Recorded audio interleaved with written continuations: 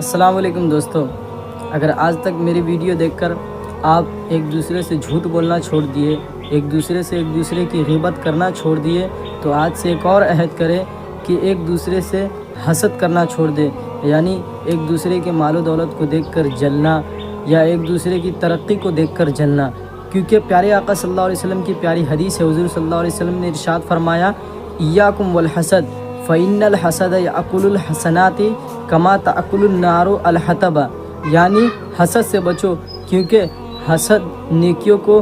اس طرح کھا جاتا ہے جس طرح آگ لکڑی کو کھا جاتی ہے۔ تو دوستو، اگر آپ ایک دوسرے کی ترقی کو دیکھ کر جلتے ہو، اگر آپ ایک دوسرے کے مال و دولت کو دیکھ کر جلتے ہو، تو آپ کا نیک کام کرنا آپ کو کوئی فائدہ نہیں پہنچائے گا، اور اسی طرح آپ کا ایمان کمزور ہو جائے گا۔ تو آج سے ہم یہ عہد کرتے ہیں کہ ایک دوسرے سے حسد نہیں کریں گے۔